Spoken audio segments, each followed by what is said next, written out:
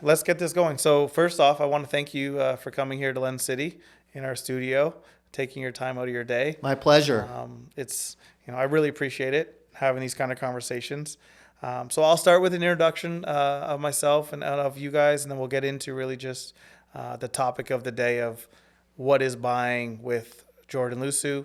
And then later on, we'll get into the application process and what that looks like at LendCity. And we'll just kind of go from there. So I want to keep this, natural conversations. We can pause, stop, whatever we need to do. We're trying to just be informative, really to show people what is it going to be when they work with LendCity? What is it going to be when they work with Jordan Lusu at O'Brien Shores Realty? So first off, I'm Paul McAllister. I'm a mortgage agent at LendCity.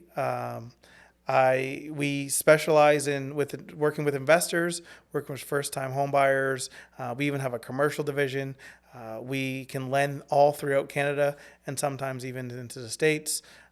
We really pride ourselves on being diverse for our clients. So other than, I guess, the mortgage agent, I'm also a real estate investor for over 10 years. You're actually, Jordan, my real estate agent. For the last 3 years, I think we've wrote about 10 deals, got 3 accepted. And I can speak personally to kind of what you bring to the table, like very professional, very on it. We communicate basically almost daily sometimes when we're actually in the war room of trying to buy properties. And I really appreciate that, like what you bring to the table. So I'm really interested to hear what is buying with Jordan Lusu. But before we go there, we have Kristen I asked to join, Kristen Dillingham, basically like a superstar at LendCity behind the scenes. Kristen, you're like, I don't know if I could get through my day without you because you know where to go, when to go, you know the lenders, you know everything. And you bring so much to the table. So that's why I've asked you. Thank you last minute for joining. I think you can bring a lot of value to what we're trying to get here because you know the ins and outs, nooks and crannies, and you have the most experience in when it comes to actually working with these lenders. So Jordan, I think we should start with what is the buying experience look like when a client comes to Jordan Lusu and says, I want to buy a home? The process for buying a home, working with Jordan Lusu, what does that look like? When I meet with a client, it's all about getting them to understand the market, what that property is going to go for on the open market, having them get a good understanding and comfort level on what that property is worth and what it's worth to them. So I have a question just to start. I don't want to throw you. No, that's okay. So you focus on the property, and then do you shift focusing on their shorter, long-term goals, or is it just, do you know what I mean? Because like when I'm buying a property, I'm just like, well, I'm buying this because I want to buy 2 more. So do you focus holistically, or do you just focus on the property first without how does that tie into that conversation with that client initially?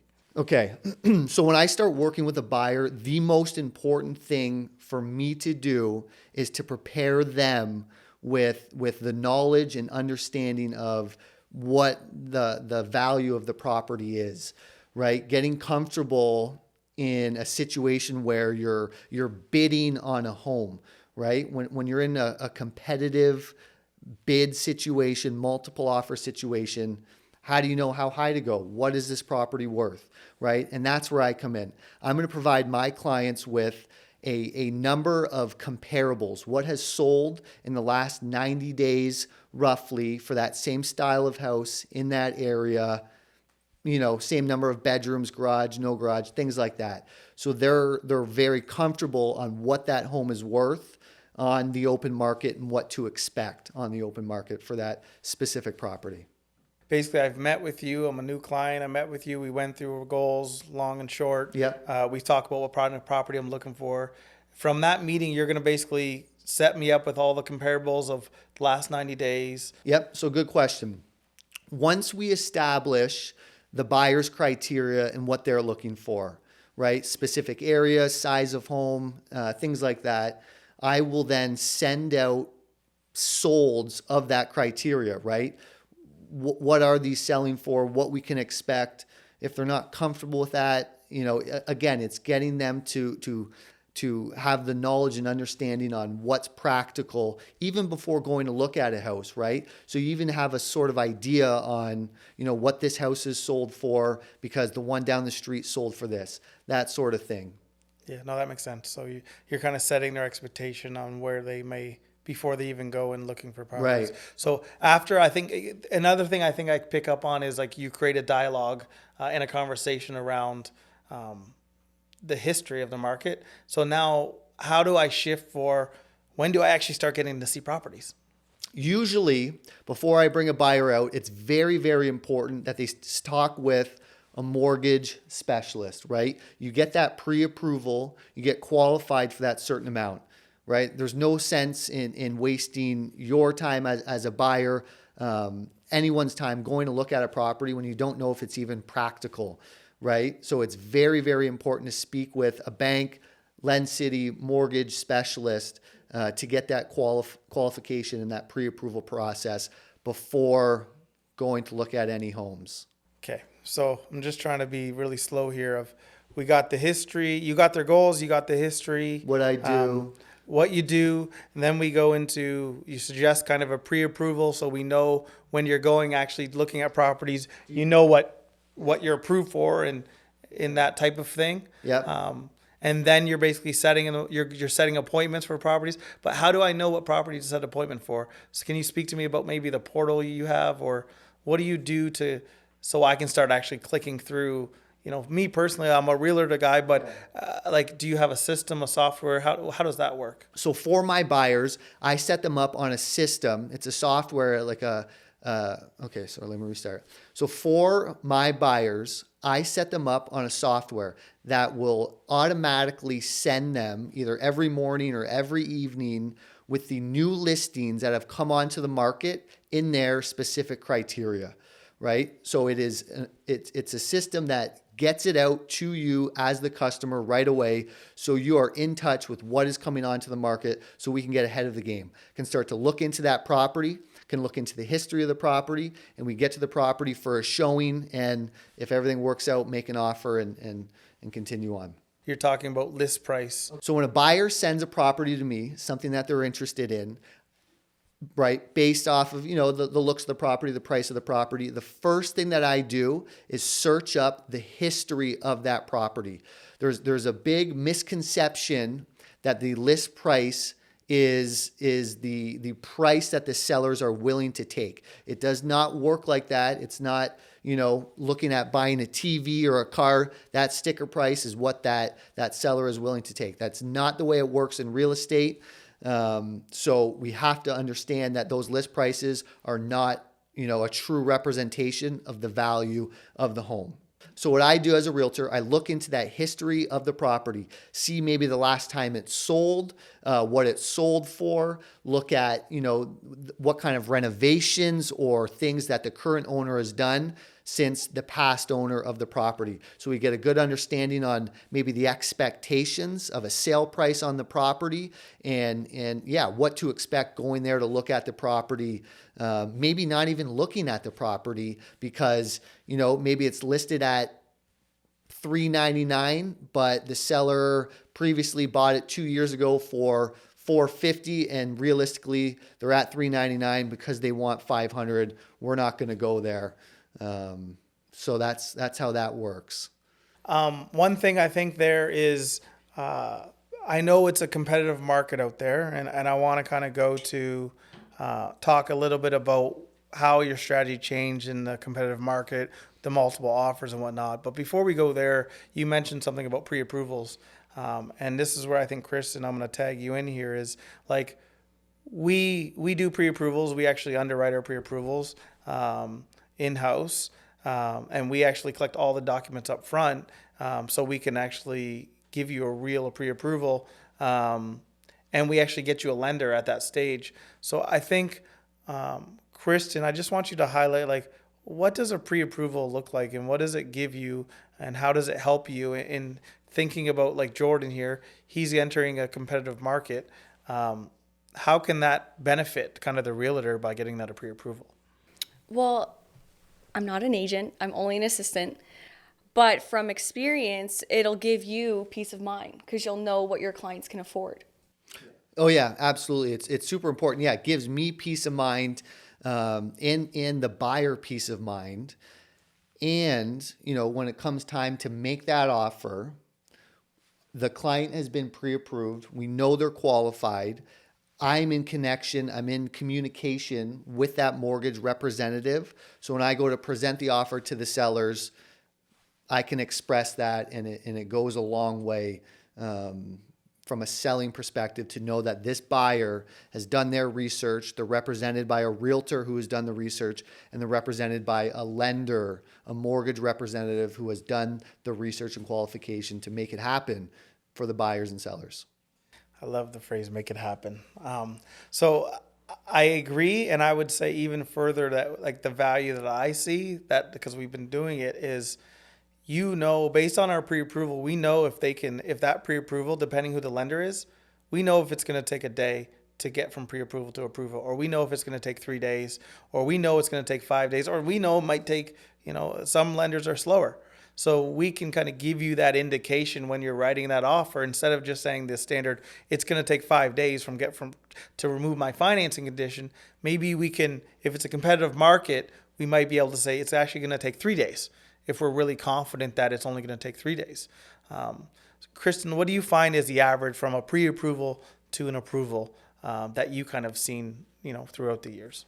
I would say once the client or the realtor sends us an accepted offer, first of all, we hustle. We work on it right away because we know every minute counts, especially if in the sale agreement they have a financing condition that's lifted at 5 p.m., let's say the next business day, or 12 p.m.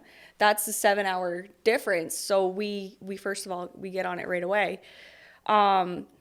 It's really hard to say though, because it all depends on the house, and it depends if it's going to be approved through CMHC. They do their own appraisal on the home. So if the home doesn't appraise, then we have to order another appraisal, like our own internal appraisal on the home. There's so many different things to consider, but I would say on average it ranges from 1 to 3 business days. 5 business days is really stretching it, but we can get it done and approved pretty quickly. So you hit at a point there. Somebody listening to this might not understand the difference between insured or uninsured CMHC. So what I'm getting from you, what you just said, is it might take longer it takes longer if CMHC is involved compared to if they're not involved. Meaning, would it take longer if I'm putting 5% down and it's going to be insured, compared to me putting 20% down and they're not involved? Is there a difference or can there be a difference, or is that? I would say there can be a difference, because then usually the lenders would approve it, but then give us an extra couple conditions that usually like CMHC or I think Sagan or Genworth would normally take care of. Mainly, I'm mainly referring to like the home appraisal. I don't know what else they do on their end, but then that would be something we would have to do. So the client would be approved, but now the approval's conditioned on the home appraising. I think that's a really key point too, Jordan. I think that's so when you're doing that history piece that you started with, so you're going to kind of know if you're putting an offer on a house that's 500 grand and the comparables are telling you it's 450.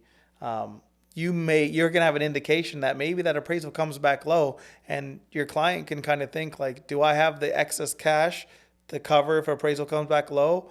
Or, like that's the type of thing I think it's important to have that history point, because then what you can expect. Or appraisals are a whole different beast on its own. We can have a whole subject on that. Do you want to explain here the actual appraisal, right? If it doesn't come back as high as your offer, if you're bidding on a property and you say, all right, I want it for 500,000, and you're thinking you're going to put down 5%, or say 20%.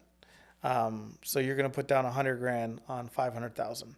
But if that property comes back at 450 appraisal, now instead of putting just 100 grand, I'm going to have to cover the difference between the 450 and the 500. So now I'm putting out 150 grand to meet the 20% requirement. Or maybe I'm saying, all right, it's 450.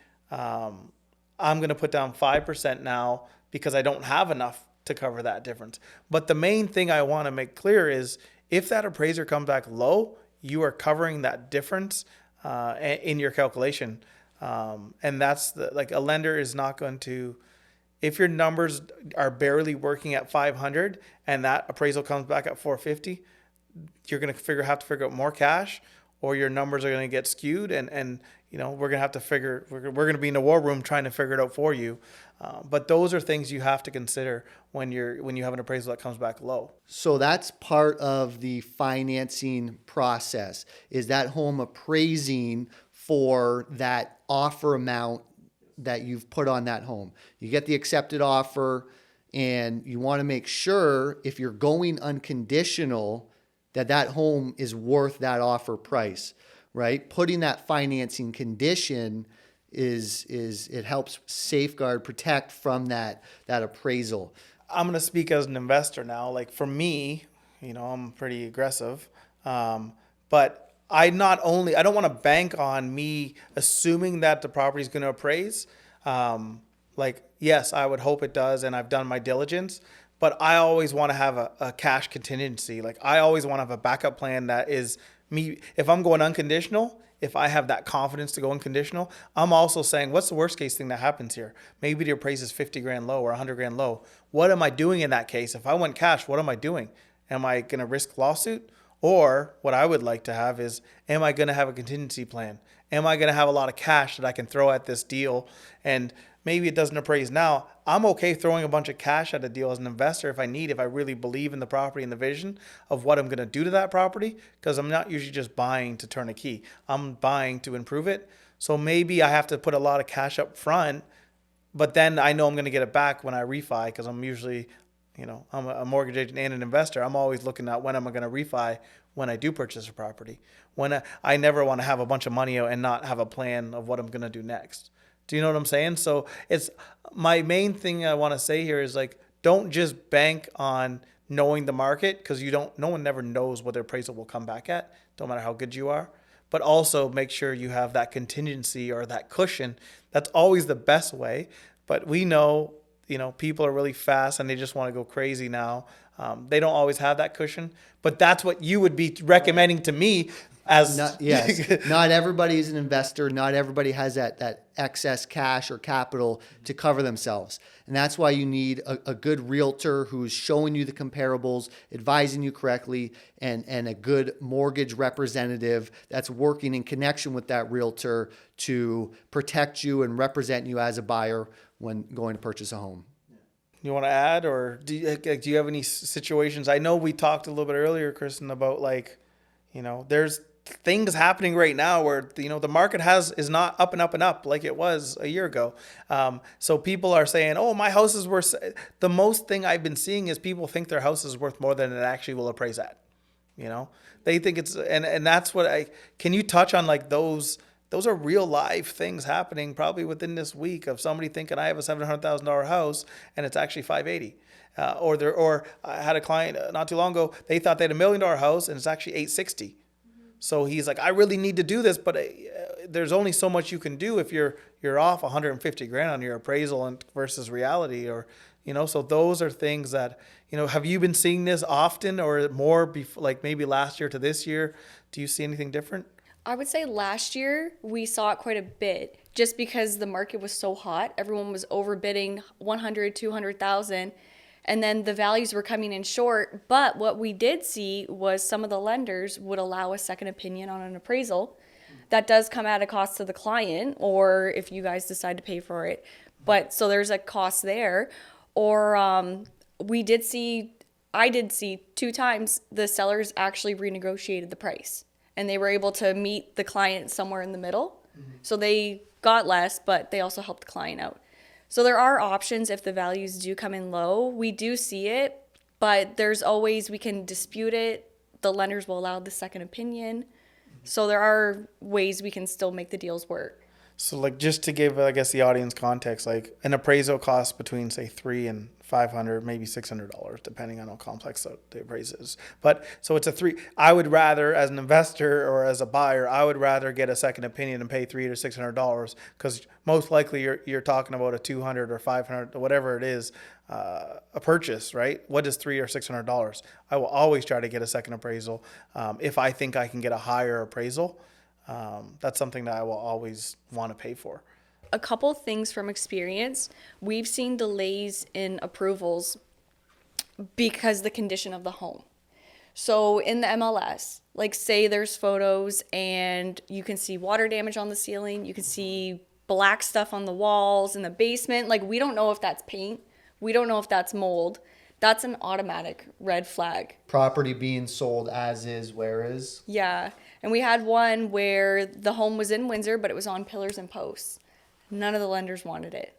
So they had a financing condition. They were actually able to, I believe they got out of it, like no problem.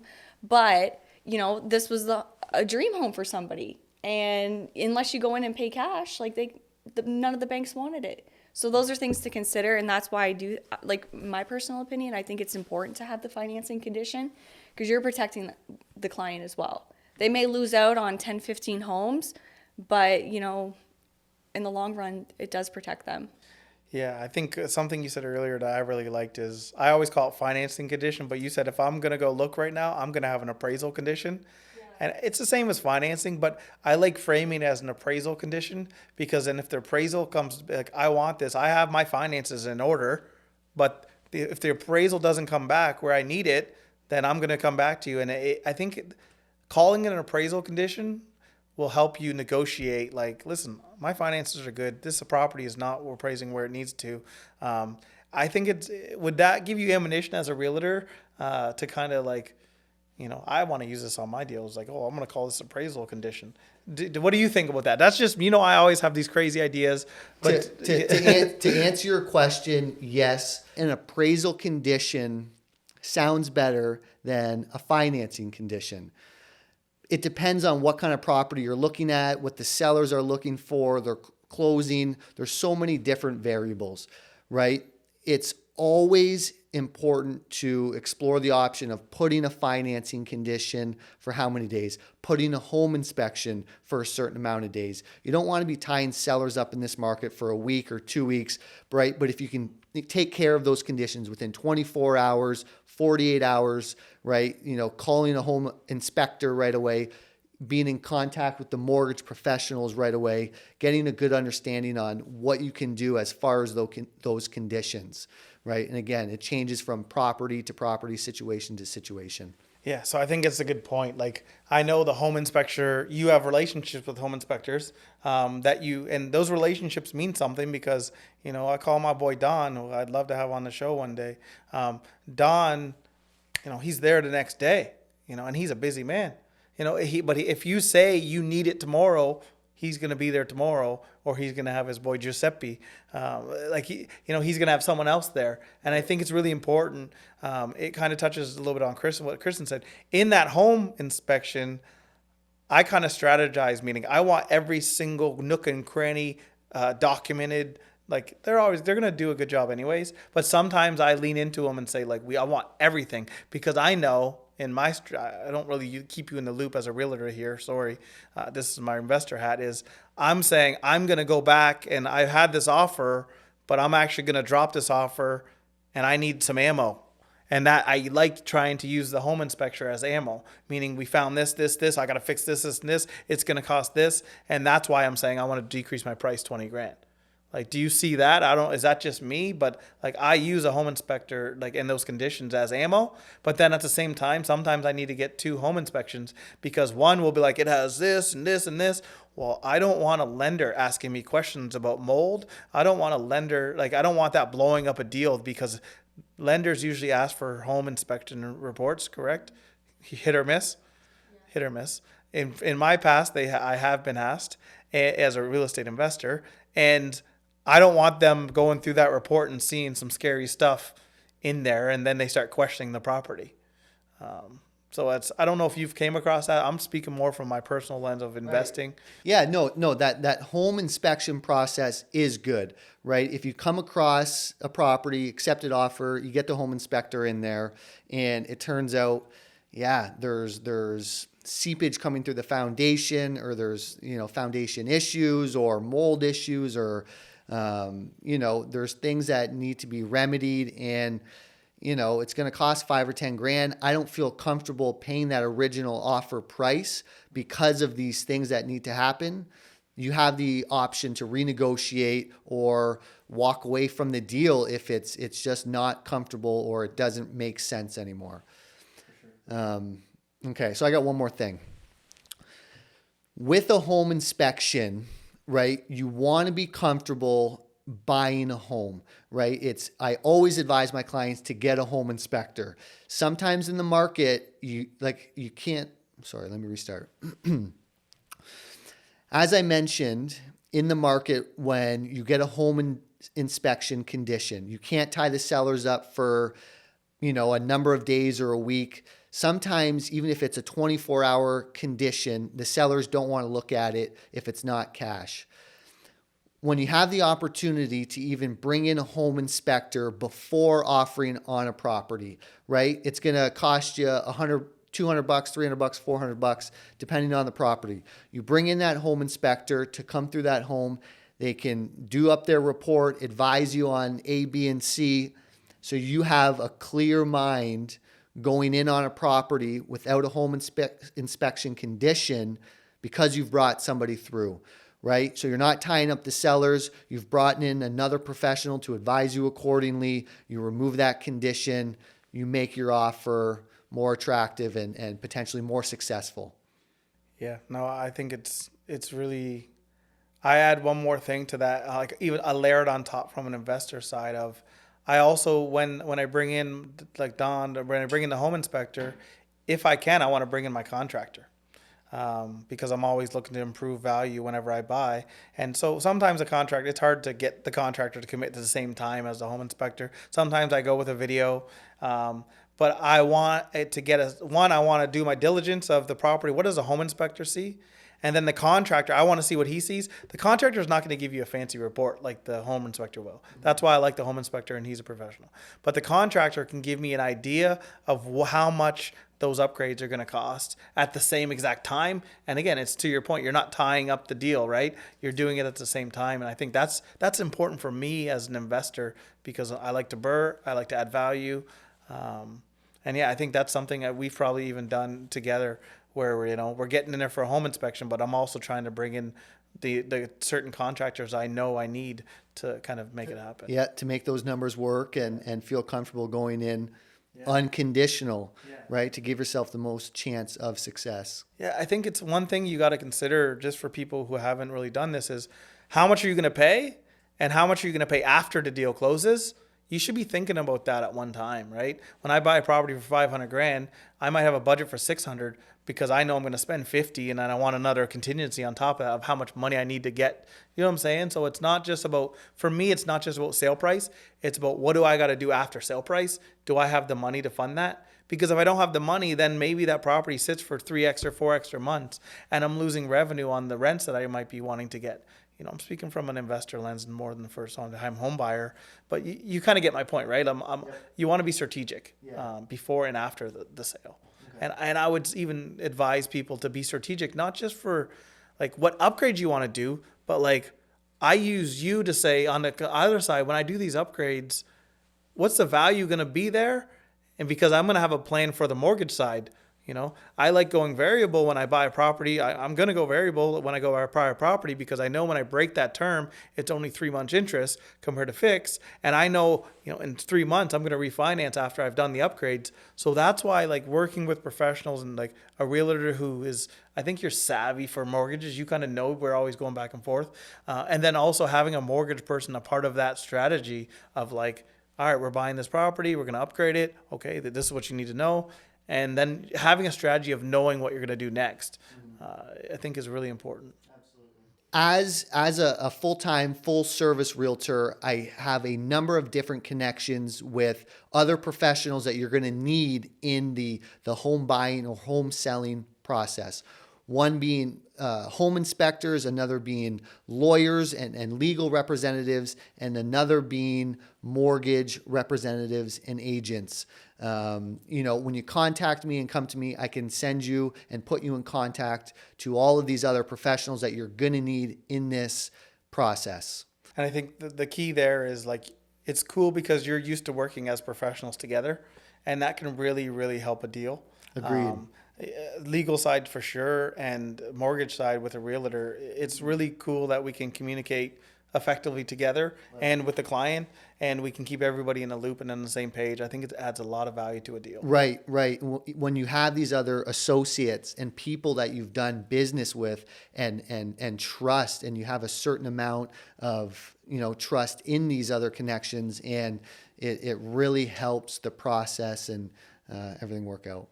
So I think one thing there is like, we went through what does it look like buying with Jordan. We went through some kind of different topics. And one thing I want to go to is like, what does the application process look like when you're coming to LendCity? You're going to, it's a simple process. It's really 6 steps, and you could even say it's 5. I want to go through those steps. Maybe we can throw it on the screen and just see how easy it is. But so there's 6 simple steps, and I'm cutting one out because review and submit I don't see as a step. But so that's basically, we start with getting started. We start with getting to know the borrowers. We go to your income. We ask for banking, but we don't need it, but we'll talk about that later. We ask for your assets. We ask for your properties. Any property information. What we're trying to do is get as much information to build a file to a lender to show your strengths. And we got to know everything in order to figure out how do we take a snapshot of your client that you've sent us to make them the strongest, to give them the best possible chance to get the best possible rates and terms from different lenders. One cool thing before I get into the application is everyone always worries about credit. Running my credit. One thing that I would say, you mentioned going to a bank for a pre-approval or going to a mortgage agent for a pre-approval. One key difference is we take your credit one time. We can shop the whole market to our 70 plus lenders, whoever it is, with that one credit. We don't have to go to Scotiabank and another bank and another bank, and they just keep slamming your credit. We are going to hit it once, and we are going to best utilize that hit. So that's one thing I would hit on. But so getting into what does the application process look like?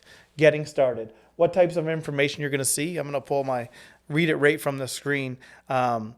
We want to know, how can we help you reach your goals? So you start the application, and you start off by, we ask you, are you buying a property? Are you refinancing a property? Are you renewing a mortgage? And sometimes you're doing, if you're like me, you're doing a bunch at the same time. You have a tick box. Based on what you fill in there, it will ask you specific questions. So it's not just a standard application form where you got to fill out things that are not, they're not necessary. We only ask you questions that are needed in this. So if I clicked on buy a property, our next things we care about is, have you found a property? If yes, what is the purchase price, and what is the down payment you're bringing to the property, and when is the closing date? Because as Kristen mentioned earlier, like, we are on it. If it's a live deal, and if it's not, we're still on it. But if it's a live deal, it goes on a board, and that is not, we're putting full attention, no matter what time it is, to make sure every minute counts. And that's something that we pride ourselves on here at LendCity. But going further, if we want to know the property address, we get the basic property information when we talk about getting started. We'll actually ask you if you have a realtor. And if you say yes, we'll ask you who that realtor is, what their contact information is, so we can make sure that we are communicating effectively on your behalf with your realtor. It's really, because we know that deals are much more smoother when there's communication going on with the client and also with the other professionals involved in the deal, meaning the realtor, and the lawyer. Super important. It's very important. Step 2, getting started. We want to know the borrower. So we ask you just basically the general information that's on your ID. your first and last name, and all those to do your date of birth and those types of things. That's the next thing that we kind of capture. And if there's more than one borrower, if you have a wife or a husband, you're gonna have a section. You're gonna get to the end and say, okay, add a borrower. You can keep adding whoever you want on the file, and that's what the application is set up to do. The third thing we look for is income. We want to know. Income can be tricky, right? Because it can come from a lot of different places. We know that it's employed people, self-employed, pensions, spousal support, child support. There's like all of these different ways where we can get your income from. So based on what you click here, there's a list. You click on that list. If you click employed, we're going to ask you specific questions to employment. If you click on self-employed, we're going to ask you different questions. So we've tailored this application to be smart, and to be smart based on what are you putting in, and we're only going to ask you what we need to. So if you clicked on I'm employed, we're going to ask you where you've been employed. We're going to ask you how long have you been employed. These are all things that help us build the strength of the file.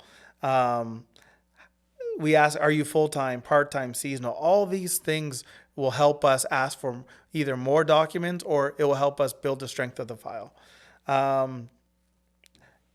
That's kind of it for income. The fourth thing we're going to ask is banking.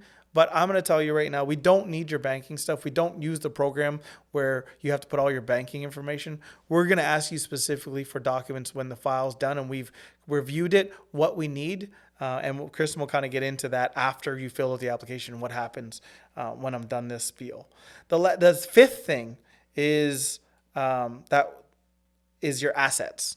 Assets are important.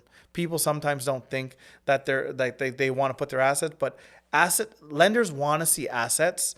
They want to see, are you getting a gift from a family member? Do you have household goods that are very valuable? Or do you have a vehicle? How much is it worth? Life insurance, that's another asset that people usually forget. So we collect all that information because we want to build the best file, because it's all about making the best case to these lenders.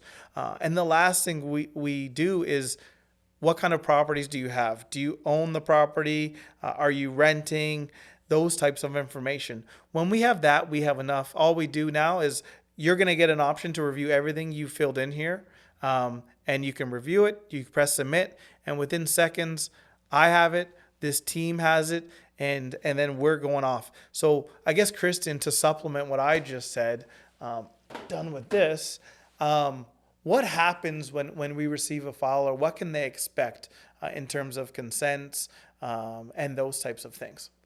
So, Paul, if it's somebody who just goes to our website, LendCity Mortgages, and fills in an application from there, or if it's someone that you guys refer, what happens is, as soon as this application is completed, it'll go right to our inbox. And from there, we can see the borrower's first and last name, and we click on it, and it opens it up. And at that point, we go through our system. We figure out if they're a past client looking to buy another house, or looking to refinance, or if there's somebody new that we've never worked with. And if your application's filled out properly, you will have like a phone number and an email in there. And one of our mortgage agents, or if it's your lead, Paul, I would reach out to you. And we'll connect with the client almost, I would say, within 5 minutes. I'll send out a second consent, well, not a second consent form. There's a consent form in the application, but you can disregard that. But we'll send you a consent form. We need to have that to run a hard credit check. And I would also send you an intro email. And from there, I would introduce myself, kind of explain, based off your application, these are the documents I would need to support it. And I also like to list at the bottom of my intro email what things to budget for. A lot of clients don't know that they need a budget for closing costs, especially if they're not a first-time home buyer and they get hit with that land transfer tax. Lawyers, I shouldn't say nobody, but the general population doesn't know that they need a lawyer to close out a purchase or a refinance. Then there's always like an appraisal cost, something like that. But I would say the second this application is completed, it hits our inbox, we're reaching out to you within 5 minutes. Service. Yeah. So I remember you said you get back to them within an hour. She's saying 5 minutes. I love it. And honestly, I could attest to that. You guys are very fast. It's like, boom, application comes in, boom, reviewed it. Here's what I need. Boom. If you respond as a client, say within 5 minutes of giving that document, as an investor, I have all my documents very, very clean because whenever they ask, I want to respond just as quick. So if you respond within 5 minutes, so say you ask for the documents, I've signed the consent for the hard credit check, I've signed a consent for like the anti-spam or whatever it is, and I give you back all my documents within 5 minutes, then what happens? I would pick it up, process it. If I was busy at the time, which we usually get to documents really quick. I would just shoot an email saying, hey, I received the documents. I need about an hour. I'll get back to you before 12. And then we just do it. And so then from that point, we're working on strategy. We're figuring out what's the best lender. We're figuring out what's their strengths, what's their weaknesses. And then based on strengths and weaknesses as an agent, we're looking at, okay, they're going to look best. These are the lenders who we think are going to be suitable. And if it's a pre-approval, we can send it off. And I think one thing to touch on is if this is a pre-approval thing, we can sometimes get a pre-approval like instantly depending on who it is. And then, other lenders will take a little bit longer. But to be able to start the process, if you start the process in the morning and we're talking 5 minutes exchanges, you can have a pre-approval in the same day, possibly. Not saying it always going to happen in the same day, but it is possible. That's how fast and efficient we've kind of have this system designed to be. That's one thing that I take a lot of pride in at LendCity is getting things done quick. And then for you, if you sent us a client and they've really given us all of the stuff, imagine in one day, we're going to beat you. Meaning we're going to have your pre-approval ready on your desk before you even have all of the comparables for the properties to them. That's our goal. And that gives you as a realtor peace of mind, right? And that's what we're trying to do is this communication is about our client and it's about our professionals who we work with. I just want to throw in one more thing. Yeah. The more detail the clients are able to provide within the application, the quicker it is. Like say if they just put in their first name, omit their last name, they give us an incorrect email, phone number. They don't disclose that they have 15 properties, like those kind of details. That's what really holds up the application. So right from the start, if they can all be as detailed as possible, it makes it so much quicker. Yeah, no, that's one of the reasons I wanted you to come on here is we're trying to set the expectation, not for us, just for you. Because we know when you're going through this process, you want things quick. Well, listen to what Kristen's saying because we can give you quick if you give us quality documents. We really care about documents up front, even in the pre-approval stage, because when we go from a pre-approval to approval, it makes it that much easier on everyone involved, right? It's like a seamless flow. We have your documents. Sometimes we got to update a little stuff depending on history. But at the end of the day, it's like pre-approval, approval, let's call it a day. And it's good for everybody, right? Yeah. And the reason we collect documents up front is so we can give your client an accurate quote. If we're just going off of I make $25 an hour, I work 40 hours a week, okay. And then push comes to shove and they buy a house and they can't supply proof for that, or we call their employer and their employer's like, no, they haven't been to work in a month, Right. There's a difference between being qualified and pre-approved, right? Qualified for a certain amount based off of what you're making or saying you're making, and then the actual pre-approval of handing in those pay stubs, handing in the T4s or whatever it is.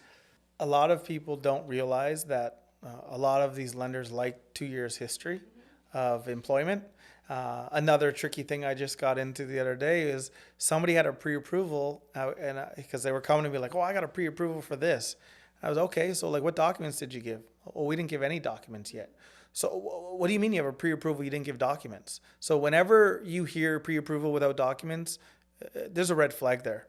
Because it's not truly, it's going based on what you said. And the challenge for this file in particular was he had this pre-approval. He put a live offer on. I was like, you have a live offer, you have pre-approval that you didn't give any documents? I was nervous for him. But he didn't get the bid anyways. But his income, he was working with say in the city, like an engineering job. But he's in the States now. He's working in the States. So it made the deal, like if he had to remove his financing condition in 1 week, it would have been hard to do because in the States, when you're working there, lenders want something a little bit different. In this case, I think we wanted him to file his taxes in Canada. So then he had to find a tax guy, which we did for him. We gave him 3 different options and why we would choose different of them. So he was like, oh, I'm overwhelmed to find a tax person. We found it for him. We got him the tax person. But then you still have to have an appointment with that tax person. You still got to talk about, like, that tax person needs time to do their thing. You still need to file. And then once, like, that's the things that I would encourage people, like, get professionals who are diligent. And that's why I like working with you, Jordan. And that's why I joined LendCity, because the diligence that we bring to it. It's not just over the phone, give me your numbers, here's what it's going to look like. We could do that, right? But we don't want to give false security to people. We want to have those documents so we can give you, like, we can speak with confidence on what we know that lenders are going to look at. And that's really important to us. And so that's, like, I think I could sum it up. I'm happy with kind of getting to a close now. We've talked about what happens with Jordan Lusu, that experience you bring. I think you've done a good job with that. We've talked about the pre-approvals and kind of the times that it takes from pre-approval to approval. And we talked about our application process. I'm happy with hitting those points. Do you want to say anything to close to the audience looking? Yeah, just again, how important it is to have people representing you that are professionals and care about you and want to handle your business the right way, right? When it's looking at homes or selling your home and financing something else, having the right mortgage representative, having the right selling and buying representative, and other things like legal representatives, working with people that want to work for you and can overlook everything. And Kristen, for closing, like, what would you say to those people to set the expectations they have when filling out an application? This is your opportunity, because you deal with the people who only put a letter for who don't give you the right information. What would you say to them just to help us out? We're doing this to help the clients. We're doing this to help you guys. I'm the middle person just trying to help everybody. And the more information you guys are able to provide, the easier it's going to be for everybody. We're in this with them as well. So we understand the process can be daunting. The consent form can be also daunting. Buying a house is one of the most stressful things ever. We do everything we can to make it as smooth as possible, but we need the client's help. So the more effort they can put in, like, we're right behind the computer putting in that much effort back. Help them with the experience of this transaction, right? But we understand the process. It is hard. If somebody owns 4 or 5 properties, plus they got multiple lease agreements, plus they get multiple tax bills per year, and the lenders always want the newest one, and they're self-employed, we need 2 years T1s, 2 years T2s if they're incorporated.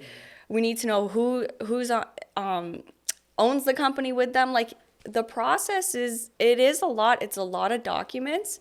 But once we have everything on file, then your next file is going to be a breeze, because we'll only ever need updated items. So if we get a pre-approval done with a client whose salary, all we really need is a job letter, a couple pay stubs. And then if they buy a house 90 days down the road, really we might only need an updated pay stub. Yeah. So that's pretty simple. But for some clients that do have a large portfolio, it is complex. And I understand. I know it's a lot. But we're doing everything we can to make this work and happen for you guys. So I'm going to, I guess, have the final say here, and I'm going to share a story. I had to submit, I was doing a purchase and I was doing a refi at the same time, and I had a bunch of other rental properties. I had to submit 60 documents, 60 documents, and I was not prepared to submit at that point in time. But I promise you, going forward the rest of my life, I'll always be prepared. Because what I did is every single property has all the documents that a mortgage person can ever ask for. And it even has all of my home inspection. It has everything you could think about. Each property now, I've set up a system. It forced me to set up a system where whatever I'm asked for, if I'm refinancing, because I'm going to refinance sooner or later again, but it's going to be a much easier process because I know what they want, and I have these folders and I have the hard copies of what they want. It just makes it better on them. I understood that, and it makes it better on you, your stress level. If I had to go back and fight for 60 documents in a week again, like I did, I don't want to do that. There's other things to worry about. So keeping your files as an investor side is so important, and I'm going to leave you with that, is just get your processes in order, learn from these, struggles like I had to do, and really just get the right professionals on your team. And that's kind of why I'm here with LendCity. It's why I'm here with Jordan, and it's why you're my personal realtor, because you won my business in the beginning, and you've only gotten better and better. And I can only speak nothing but good things from my heart of what kind of service you've been able to give me in building my own portfolio. So I want to thank you for coming to LendCity. This is our studio. Thank you, Kristen, for coming in. Appreciate it, Paul. My pleasure. Thanks, so, buddy. I think that's a wrap.